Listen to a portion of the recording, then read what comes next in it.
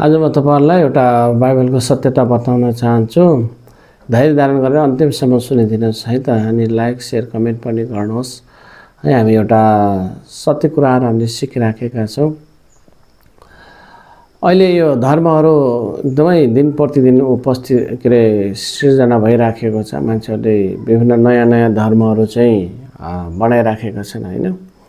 अनि यसको अर्थ यही हो कि मान्छेहरुले चाहिँ शान्ति कहाँ पाइन्छ त है।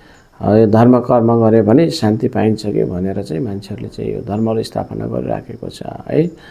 अनि र धर्मसँगै देवताहरु पनि मान्छेहरुले चाहिँ नयाँ सृष्टि गरिराखेको छ।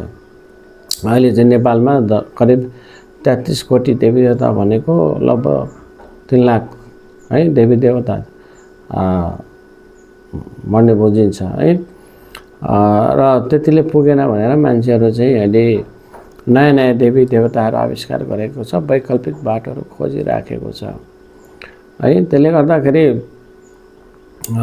अचम्म लाग्ने कुरा चाहिँ के हो भने अनि सबैले विश्वास गर्ने कुरा चाहिँ मान्छेलाई परमेश्वरले सृष्टि गर्नुभयो।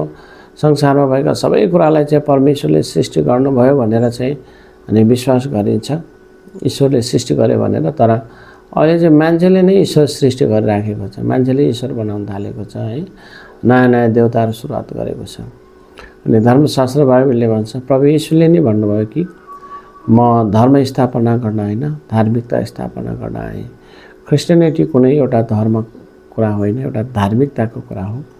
धार्मिकता भनेको चाहिँ मानिसले मुक्ति पाउनको लागि, शान्ति पाउनको लागि, मानिसले चाहिँ छुटकारा पाउनको लागि स्वर्गबाटै गरिएको एउटा व्यवस्था हो है। स्वर्गबाट परमेश्वरले ईश्वरले चाहिँ तपाईहरु मेरो निम्ति गरिदिनु भएको व्यवस्था हो। त्यो चाहिँ के हो भने प्रभु येशू ख्रीष्ट स्वयं उहाँ चाहिँ ईश्वरको पुत्र मानिस बनेर यो धरतीमा आएर तपाईं र मलाई चाहिँ पापबाट छुटकारा दिन र मुक्ति दिनको लागि चाहिँ उहाँ चाहिँ मानिस बनेर आउनु भएको हो है। त्यसकारण प्रभु येशूले भन्नुभयो बाटो सत्य जीवन म नै हो।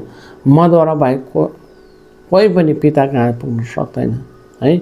जीवनको ज्योति मै हुँ है। मलाई पछ्याउने अन्धकारमा हिँडुल गर्ने छैन, तर त्यसले जीवनको ज्योति पाउने छ है। यसरी प्रभु येशूले चाहिँ आफ्नो सत्यता प्रकट गर्नुभयो। उहाँ चाहिँ स्वयं परमेश्वरको पुत्र ईश्वर मानव बनेर धरतीमा आइकन तपाईहरु मेरो निम्ति अनि रगत बगाउनु भयो, मृत्यु सहनु भयो, चिहानमा जानुभयो र पुनरुत्थान हुनुभयो।